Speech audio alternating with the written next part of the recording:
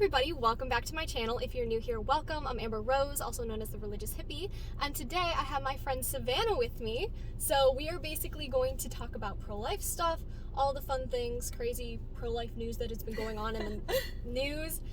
There's been a lot this year, so I guess we're going to start off with Texas. What's going on in Texas?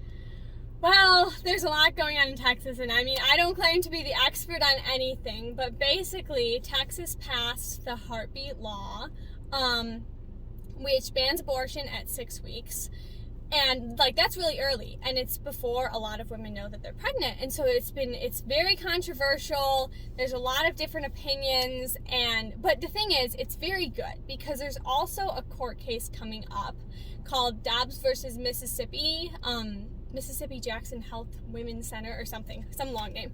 Anyway, that court case is coming up in 2021. Well, actually, they're going to start the arguments. They actually started them on October 1st. And that case has the potential to overturn Roe v. Wade. So basically, Texas is kind of jumping the gun a little bit. And, they're doing something that isn't permitted by Roe v. Wade, which is banning abortions, So they did this. There's a lot of controversy. There's a lot of back and forth right now with it. But basically, they're kind of setting the precedent for other states. Florida introduced their own heartbeat law. It hasn't passed, but they introduced it too. And it's kind of setting the precedent for a whole new era of the pro-life movement. So I think it's really hopeful. What are some misconceptions that's surrounding it? Because I hear women are just they're going to punish me, I'm going to go to jail. First of all, women have never been jailed for having abortions. That's never happened. That's just not true. There's actually Live Action put out a really good kind of big whole story of many misconceptions and then the truths. And one of the stupid ones is saying that it's not actually a heartbeat. You can't actually hear a heartbeat. But you can. But you can, and they're just saying it's just I don't know, noise or something, but it's stupid. Still because counts. Well, right, there's a word for it. I forget what the word for it is, but it's not true. It's a heartbeat. What are the other ones? Mostly it's about women being punished, but women aren't going to be the ones being punished. It's going to be the abortionists. And I'm pretty sure they say that in the law Oh, itself. yeah, and if you look up Live Action, they have the exact parts of the law where they say it. So they literally say that women can't be punished. I always find it interesting how people will literally go, and twist words, won't even read the document itself, and just assume because somebody else said something, or... Well, yeah, and I think that's what normally happens. Someone, makes a graphic or whatever with no source, no citation, just something that is very controversial, women will go to jail because of this Texas law. And it just goes viral because people repost it, think, oh my goodness, this is something that we need to prevent. And as Catholics, we know how that is too. Yeah, exactly. Yeah. It's just I don't know what to tell you. It's just not true, Yeah, and then on top of all of that, it's they can literally discover the truth if they just Google it. If they actually go not out of their way. You don't even have to go out of your way. Yeah, well, I think the thing is they don't want to know the truth, because the truth, it's clear in the law. The only thing Live Action does is they cite the law, they cite the actual law. It's not like they're getting all these other sources. They just say, this is what people are saying, and this is what the law says. So didn't Billie Eilish do this whole thing because she did a concert in Texas and she threw a complete, I would like to call it a child tantrum. That is what I would like to call it. Yeah, if you watch the video, it's insane. I was doing a response to it, and I didn't even want to put the video in it because of half the stuff language. She says is profanity. Yeah. Basically, she's saying F old men, and basically bans off our bodies, right? So stop worrying about our bodies. But first of all, she says F off old men. Old men are the ones who decided Roe v. Wade, so that kind of goes against what she's saying. She kind of shouldn't use that argument these days because Roe v. Wade is kind of hanging in the balance there. So I don't think that was very smart of her.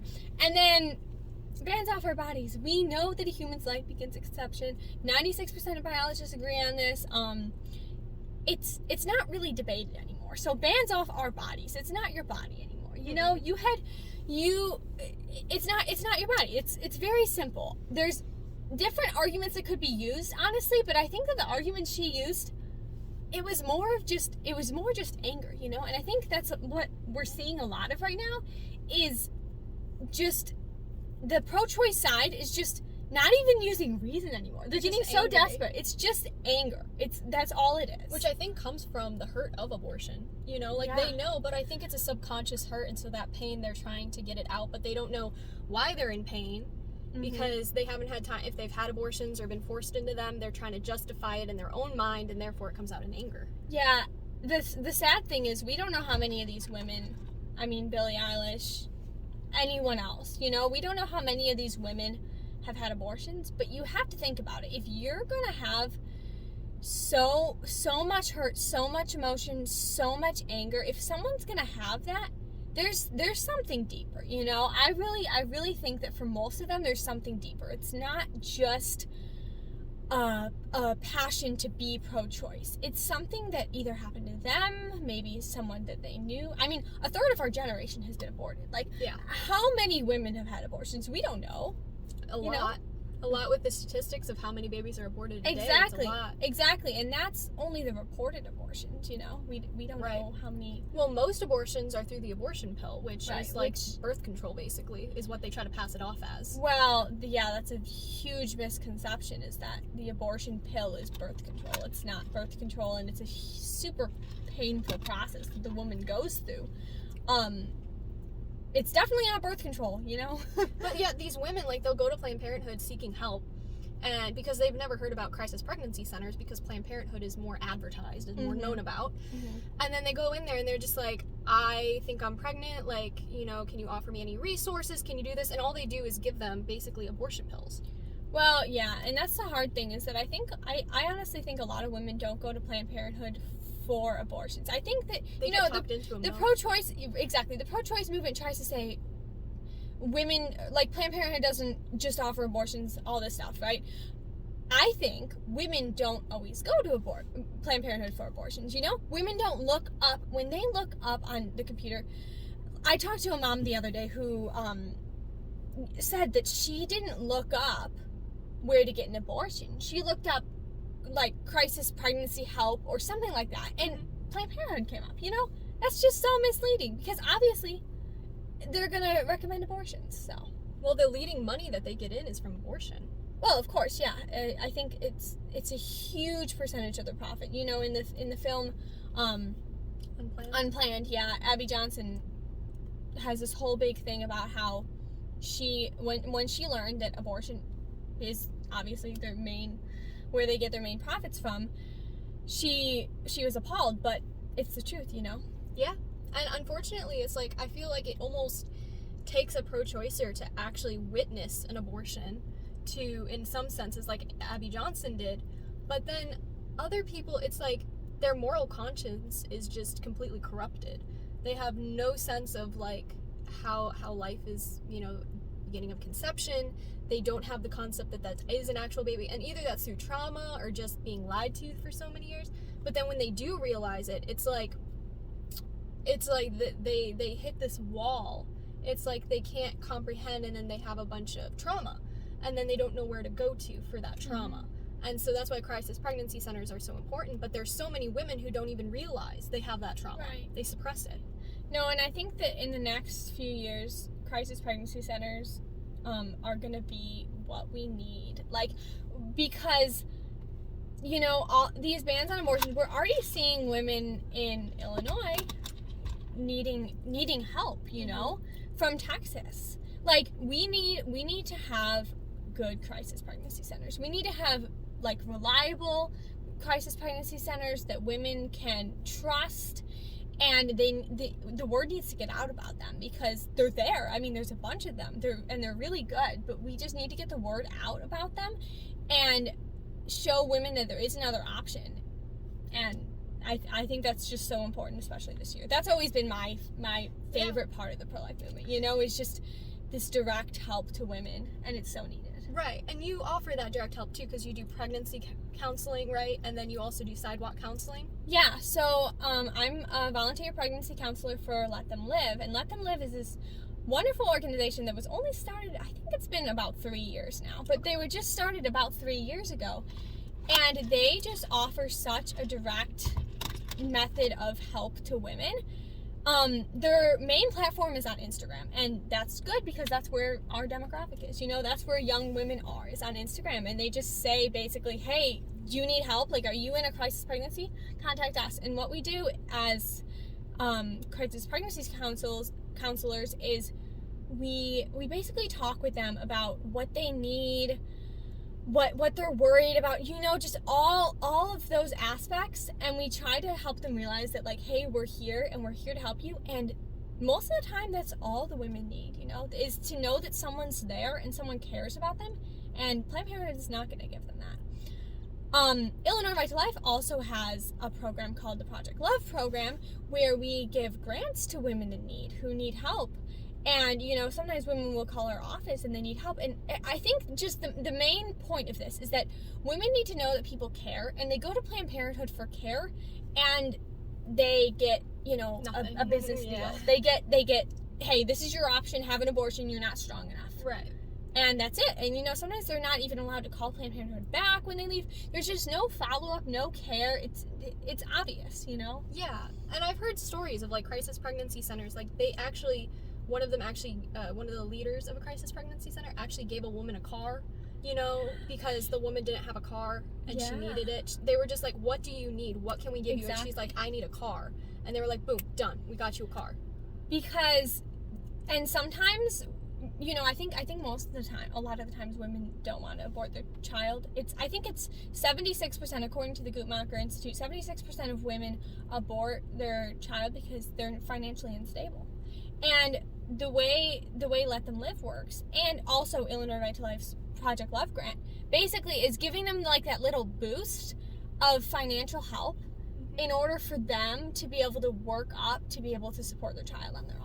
Right. And I think that's really important. It's not like we're like, you know, some pro-choice people say, well, you should support the child for the rest of the child's life. That's, like, first of all, that's not our responsibility. We're here to help the women, to give them the boost. They don't need us, you know. They're women are able to support their children. Very capable. They're very capable.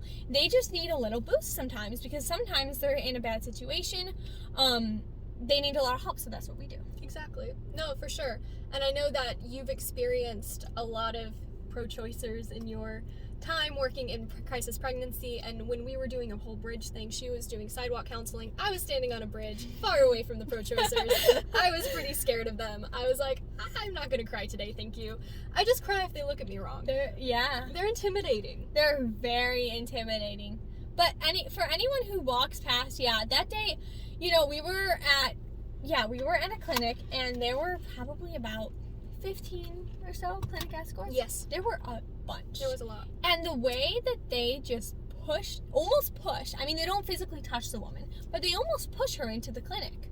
And anyone walking by, you see that. Like, what kind of a choice is that, you know? Right. It's not a choice. It's a woman being told this is her only option, and basically being pushed. You know, if I tell her there's other options, like, I'll have resources for her, I'll have a number she can call, like, we can get her free help, you know? Yeah.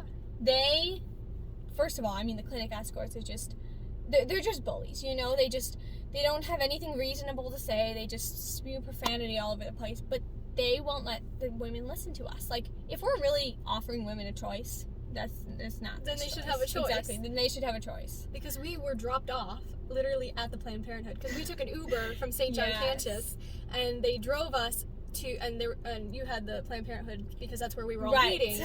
And so we gave the address to this guy. It's like two females, probably like younger, and he drops us off in front of the Planned Parenthood, and the escorts were like right there waiting to rush us in, and we're just like, whoa, no. Like, we're the people we kind of experienced that. Yeah.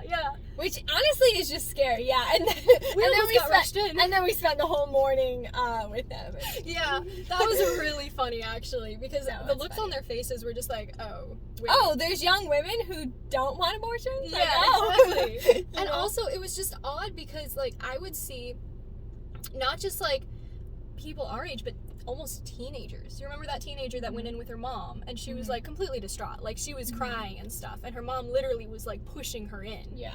And it's ridiculous how these women are forced into these things. It's not a decision. It's not pro-choice.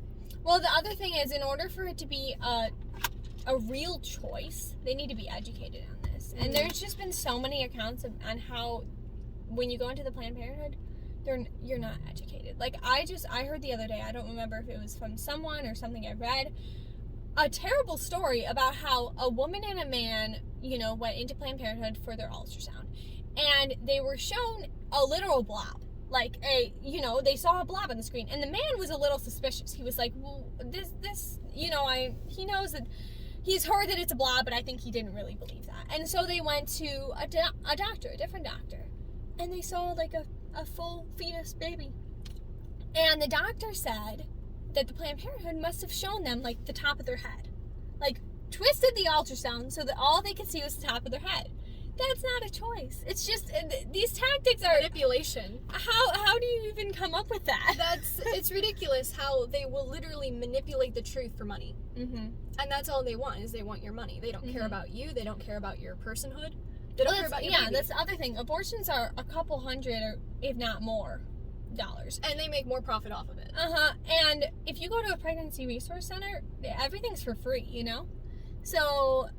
it's like, it's just what's the better option for the woman? And on top of that, like, you get continual care from the crisis pregnancy center. Most of them offer parenting classes, diapers, things that, like, I'd let them live. We make the woman a whole registry and give it to her. There's a lot that goes into helping a woman, and it doesn't include killing her child. Yeah, and you can make lifelong friendships there. There's just so much information, and so I'm linking a lot of crisis pregnancy center stuff below for people who are interested in it, know somebody who might need it, because that is super important.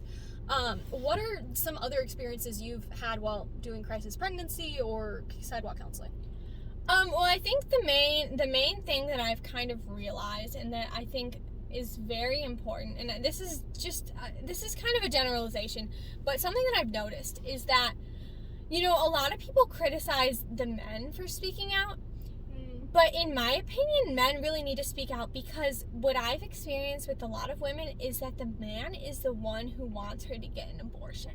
And that's just the most disgusting thing ever to me, because abortion is the most degrading thing that can happen to a woman. It's, it's taking the most precious part of her, the ability to be a mother, and it's like ripping that out of her body.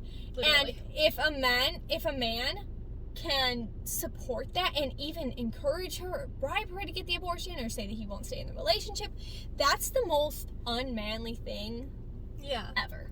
So I think this whole narrative that men need to stay out of this, men need to be involved. Men need to say, hey, women deserve better than this.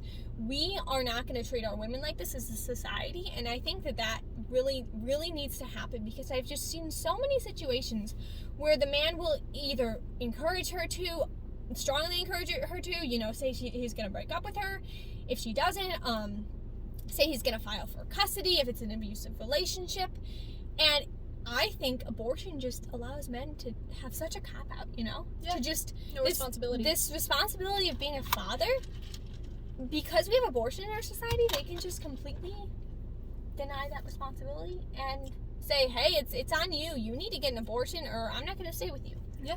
And a lot of the times women get scared of that because they are not in a financial situation where they can support themselves, let alone a baby. Exactly. There's so many situations where the woman is reliant on the man, and or even if it's in a marriage, the woman is in some capacity reliant on a man, and he can hold abortion over her head, Yeah, and that's one of the reasons we need to ban it, is because it completely disrespects women. Yeah, exactly. It makes the men not accept responsibility. And then there's some women who will use it over the man's head. The ones that will actually, like, the man wants to keep the child, but he has absolutely no say in it. Well, yeah, that's harder. That's something that I actually have never experienced, but I think maybe the reason I've never experienced that is because you know, I don't know if a woman would actually tell me if that was going on. Mm-hmm. But I mean, yeah, that's crazy. I can't imagine all those men who are hurt by that, who know that their child has been aborted. You know, like I cannot, because like we already know the side effects of abortion. Like some of the men who didn't even know they had a kid, they get insomnia, they get night terrors, they get, you know, there's a bunch of things, and maybe they never even knew they had a kid, but yet there's this connection to that baby, even if they never knew it existed, and they're just like, why am I like this? Whereas the women, higher rates of suicide, higher rates of depression and anxiety, a bunch of issues, and people don't talk about that. Right. They just think, oh, it's a quick fix, that's it. Yeah. And it's not. Exactly. No, there's so much, but the thing is that there's healing for women, you know. There's Rachel's Vineyard, I believe, and there's, I'm trying to think of the name of it. Maybe you can link to it in I'll the link comments. it, yeah. But there's a new organization that was started in Indiana to help women heal after abortion. But I think it's a huge problem in our society, and I think a lot of the times we don't realize how near it is to us. You know, I think a lot of people like to think that the women, you know, going to their church don't have abortions. You know, the women in your circles don't have abortions, when just from experience I know that's not true. Women have abortion all the time, and I think that it's a big problem with women in the church who are having abortions, and women in the church not getting healing from their abortion, because it's such a stigma. You know, if you're in a church, it should be, you know, you should be so accepted, you know, you should be so forgiven. But I think a lot of the times people just attach the stigma to women who've had an abortion, so much so that they won't admit it, or they won't get healing because they don't want anyone to know about it. Right. And I think that comes from the conscious guilt, knowing that you've done something wrong. Exactly. And yeah. But, you know, those people, they still deserve healing, you know? Right. They still deserve forgiveness. They still deserve to be able to have more children in the future, and understand that it's a gift, and that they won't be able to get back the child they lost, but they can still honor that child, you know, by getting forgiveness from Christ and all of those things. Yeah. I know that there's this new law. I don't know if it's actually going to go to Congress, but it's basically saying that if you're 40 years old and you're a man, you have to get a vasectomy, or if you have 3 kids, you have to not have any more kids. Yeah, you're talking about the one in Pennsylvania, I think, right? Well, okay, so there's kind of a similar one in Illinois. Really? Yeah, it's called like the Texas Act. It's called something, but it's an acronym of the Texas Act. These people are literally trolling Texas. I can't. Like, there's no way that's gonna, I mean, in my opinion, there's no way that's gonna pass. But I hope not. In Illinois, it's saying that women will be able to sue men who get them pregnant, even if it's consensual sex, for $10,000, which is what the fine in Texas, you know? So women are now going to start getting pregnant and just be like, you owe me $10,000. Like, that's what they might do. Well, it's just crazy, because, you know, they're just going to such lengths, and like, these are just outrageous laws that they're proposing. It's like no-fault divorce, but it's just like, I'm going to take everything you have, and you don't need to know why I'm divorcing you. We're just divorcing. And like, we're going to get pregnant, and I'm going to sue you, and then I'm going to get $10,000, and that's it. Like, I can just see that happening from people. It would be if it actually passed. Yeah. But I doubt that. It's just something ridiculous. Like, I'm like, how do they come up with these things? Like, why? Don't they know that it's wrong? Like, don't people have a moral compass? It's a reaction to Texas, you know? I think it's really a reaction. I was listening to some commentaries on it from the pro-choice side, and they were saying, you know, outright, it's a reaction to Texas. If Texas is gonna do this, then we can do this. It's just such an immature way to act. Toddlers, literal. Like, what happened to maturity and taking responsibility and all of that stuff? That's ridiculous. I mean, going back to like the pro-life thing though, and talking about how it affects like men and women. I know when I would stand on the bridge and like hold the signs and things, like I do that and all the time, and whenever I would see a guy flip me off or something like that, I'm always wondering like, what was he responsible for? Right. You know, That's a good point. Did That's he a good point. because like men don't get abortions. They either push for them or they try and fight against them, but usually the men that fight against them don't flip me off. So I'm like, what? Usually. Well, right, usually. yeah. But like, what was he responsible for? Is there some kind of deep-seated pain that he's not acknowledging? Because I think nowadays guys are kind of, they don't, at least from the guys I know and I've experienced, there's a lot of them that are unsensitive, that have kind of pushed down their feelings so far that being kind of, I guess, like, what's the word I'm looking for? They don't, being detached, I guess. Yeah.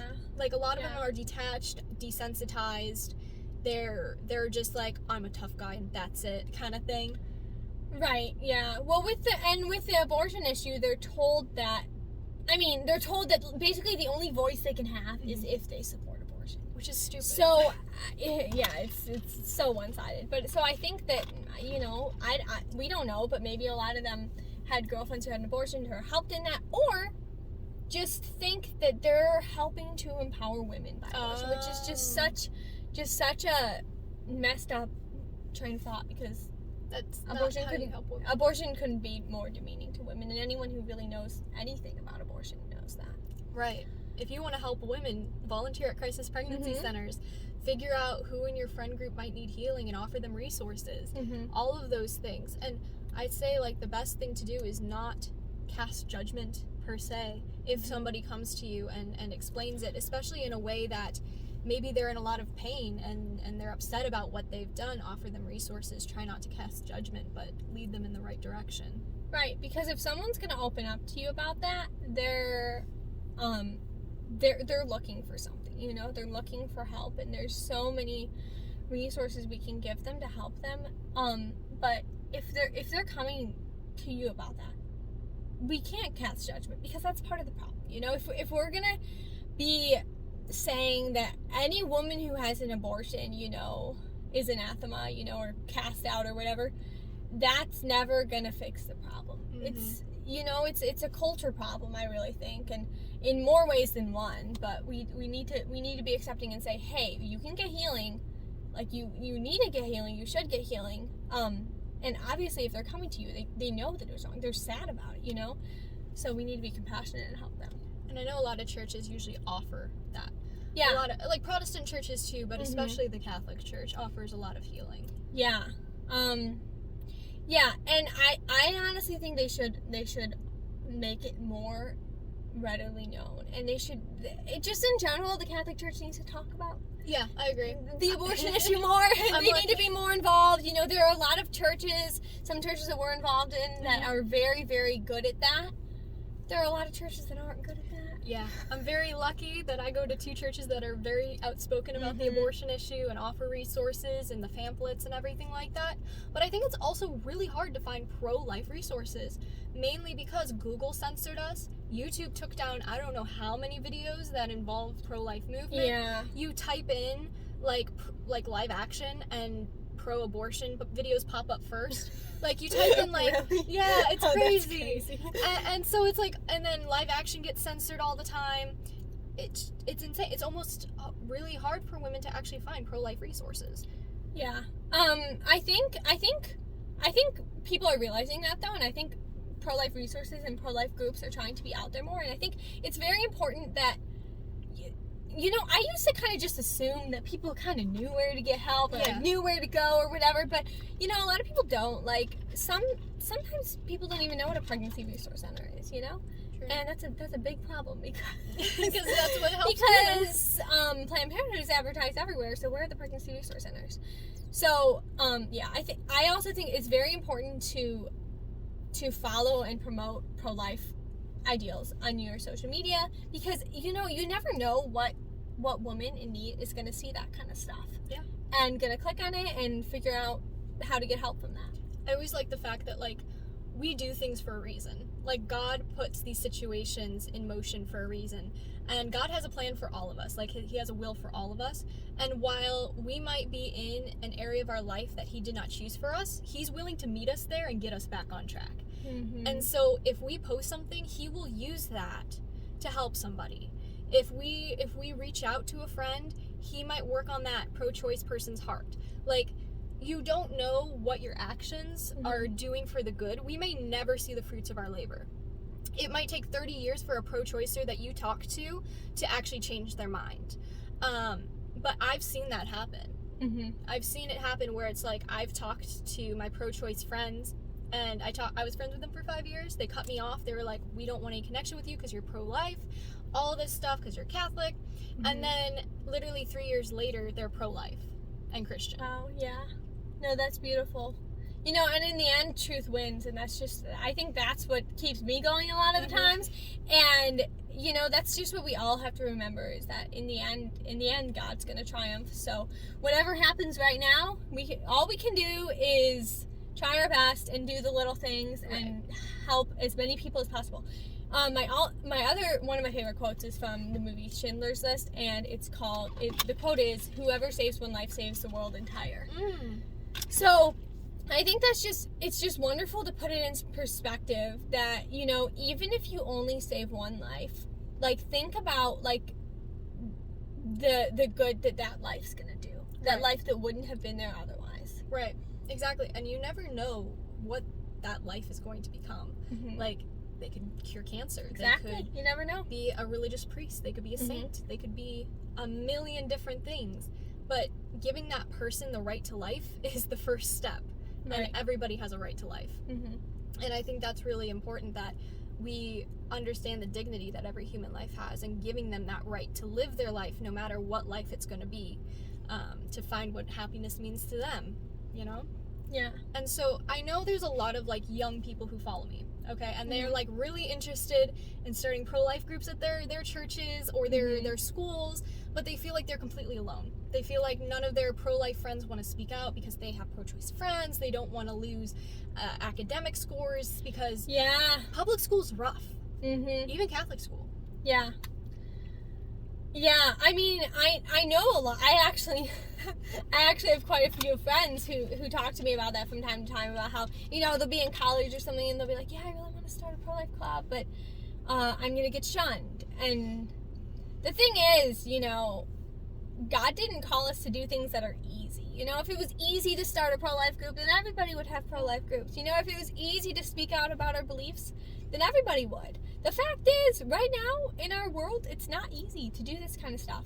But it's what we're called to do, and it's the way to make the biggest of a difference. And I honestly think that if you start, you're going to see that there's a lot more people that support you than you think. You know, what I tell my friends is, I say, you know, the ones who are near here, you know, I'm like, you know, if you guys want to start a group, I'll come down and help you, and I'll come down and find people and talk to people, because a lot of people are afraid of talking to new people. But, you know, once presented with the facts, a lot of people will support you, and a lot of people will admire you even if they don't outright support you. So I think it's important to, first of all, I think it's important to be informed.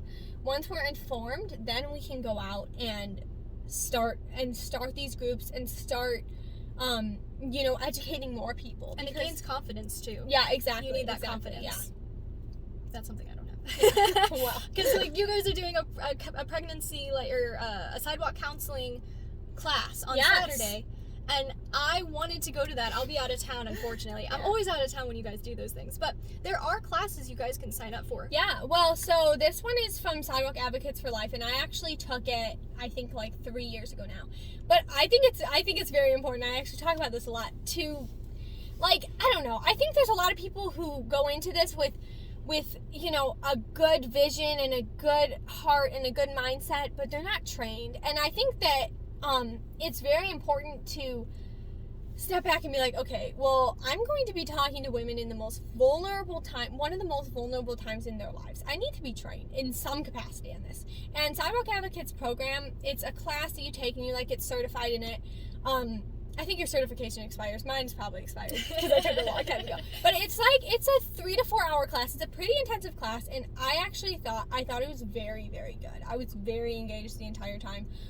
We're taking that again this Saturday with Chicago Pro-Life Future, which is the group that I'm a secretary for, and hopefully people are going to take time out of their Saturday to do that. Because the thing is, we can do all this activist work, we can do all this stuff, but what I've been trying to focus on a lot recently is the behind the scenes stuff, educating yourself, because we need to know the facts, and once we know the facts, we need to know the most effective way of communicating them with people, and we need to take time. This takes time, and that's what I kind of figured out. I was doing pro-life work on the side for basically most of my life on the side.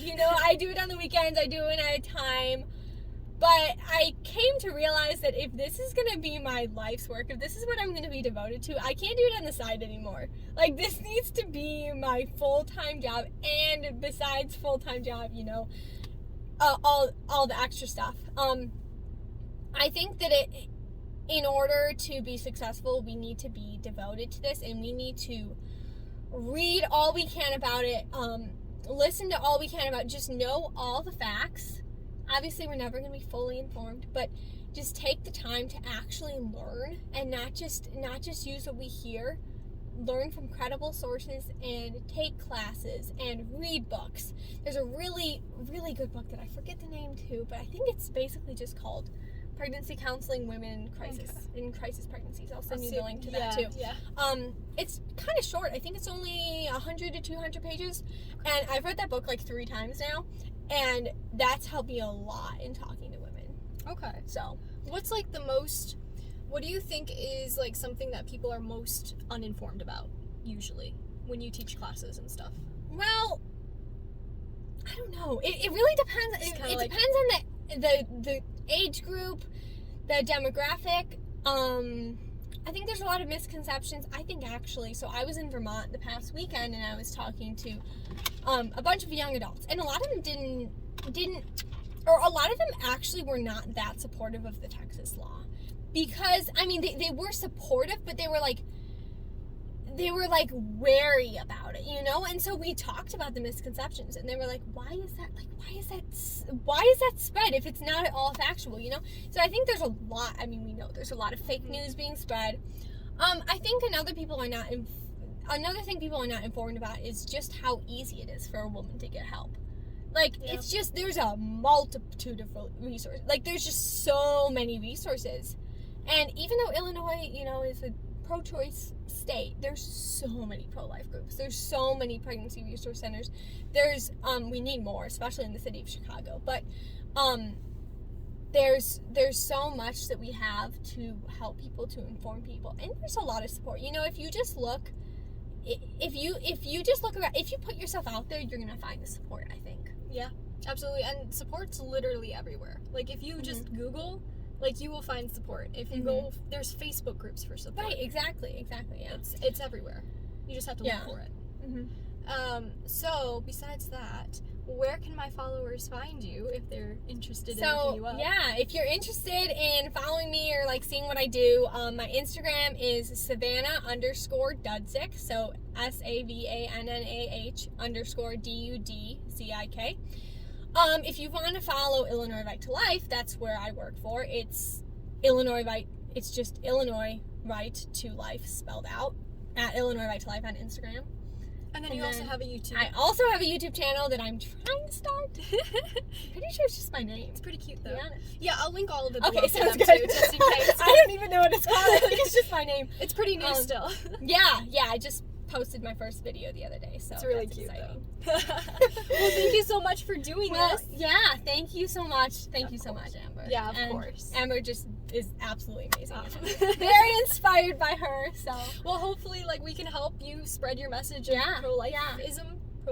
We're both pro-life. Pro-life activism. awesome. Yeah, she talks a lot more about it than I do. I really should talk a lot more about it. It's just, I'm always just like, what should I talk about? This is the year, this is the year where Roe v. Wade may be overturned, where all this stuff, it's in the news everywhere. If you want to get involved, this is the year to get involved. Oh, also, if you want information, subscribe to our newsletter, which I actually think is really cute, and it's not junk mail, because I write it. Don't put it in the junk mail. Yeah, it's not junk mail.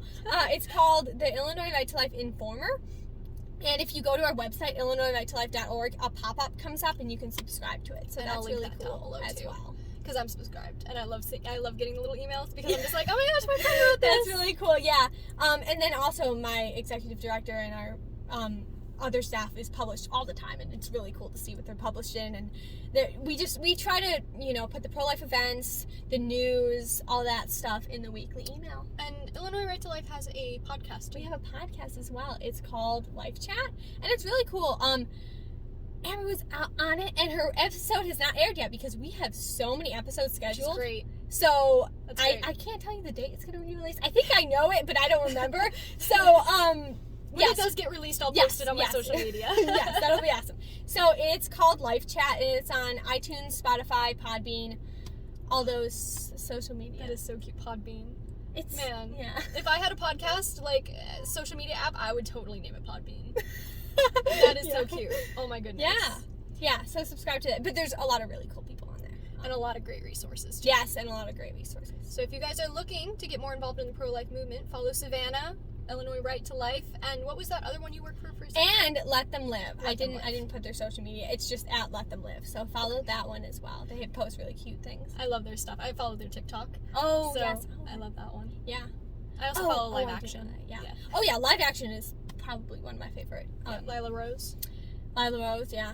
All those great stuff. So there All are that resources. stuff. Yes, So become educated. Yeah, and there are so many people, so many young people getting involved in this. It's a myth to say that our generation is pro-choice. Yeah. We are the pro-life generation. It's all over. We're all over the place, and we're passionate about it. So There was 3-point-something million of us at the last pro-life. I don't even know. March for Life? It was insane. It's almost 4 million. And it's just so many people devoting their lives to this. It's just so inspiring when I see all these people just standing up for what they believe and educating people and just being like, hey, we're out there and we're not, we're passionate about this, and this is real, and we're actually helping women. And, Right.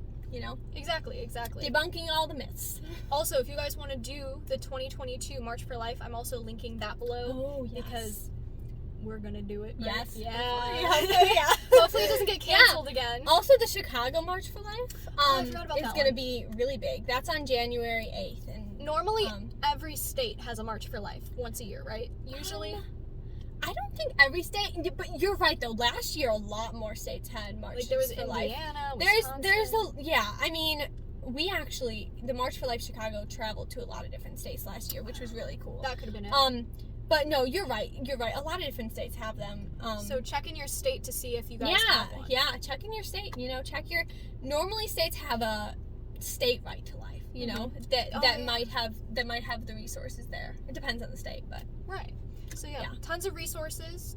Do the March for Life if you guys can, because I think it's a great opportunity for us to voice our opinion. And it's so powerful. We were there together. That's how we met. Yeah, that's how we met Yeah. a few years ago.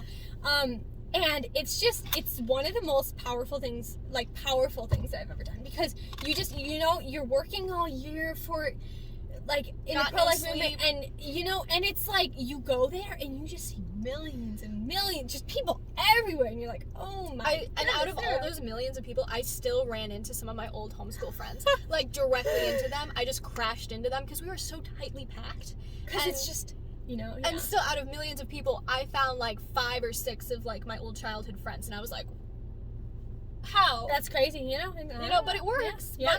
But yeah, and we got no sleep that weekend too. You remember that? We were chaperones. Yeah, we were chaperones, but I didn't even have to chaperone my girls because they were great. That's good. I mean, they're okay. No, I love my girls. No, I know what you mean, but I was just y'all not dead, and they were just nope, and I was awesome. I didn't have to do anything, but yeah, we got no sleep. We were up at 6, and we went to bed at 12. We did a lot. Yeah. Yeah, it was really the March fun, for Life is if you can go, definitely go. It's great. It's surreal, honestly. I went for the first time when I was in 8th grade, so I don't know how old I was, maybe 12. and I didn't really know what to expect, and I was like, wow. Yeah, it's definitely an experience. So if you can go, even if you don't go with a parish, get some friends to go with you. Take a trip, you know? I don't think that's probably what I'm going to do. No, you can literally go by yourself. Yeah, it's free. It's free. Yeah, you can just show up in DC. Yeah, exactly. And if you live closer to DC, you live in Virginia or something, take a day trip, come out, something like that. So yeah. Yeah. Well, anyways, thank you again. Yeah, well, thank you so much. Of course. So this again, is wonderful. All of her stuff is linked below if you want to follow her. Go follow me. And we'll probably have more of these in the future. Yeah, honestly, that'd be wonderful. So. No, I mean, I hope that the cozy pro-life car movement chats. keeps going. Yes, yeah, this is fun. All right, and with all of that being said, I will talk to you guys in the next video. Bye.